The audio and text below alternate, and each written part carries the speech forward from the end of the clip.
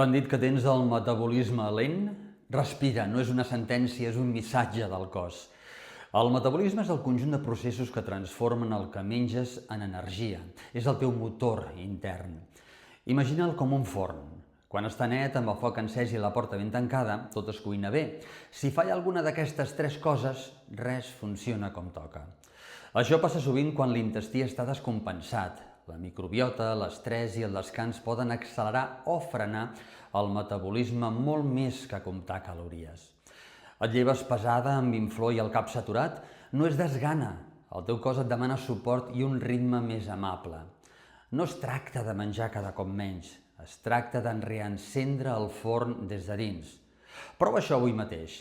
Respira profundament 5 vegades abans de menjar per sortir del mode estrès. Afegeix fibra real, verdura i llegums al plat principal. Apaga pantalla 60 minuts abans de dormir per recuperar ritme i energia. Digues-me als comentaris quin pas aplicaràs avui, respirar, fibra o descans, i et responc personalment per ajudar-te a ajustar-lo. I guarda aquest vídeo per recordar els passos quan els necessitis.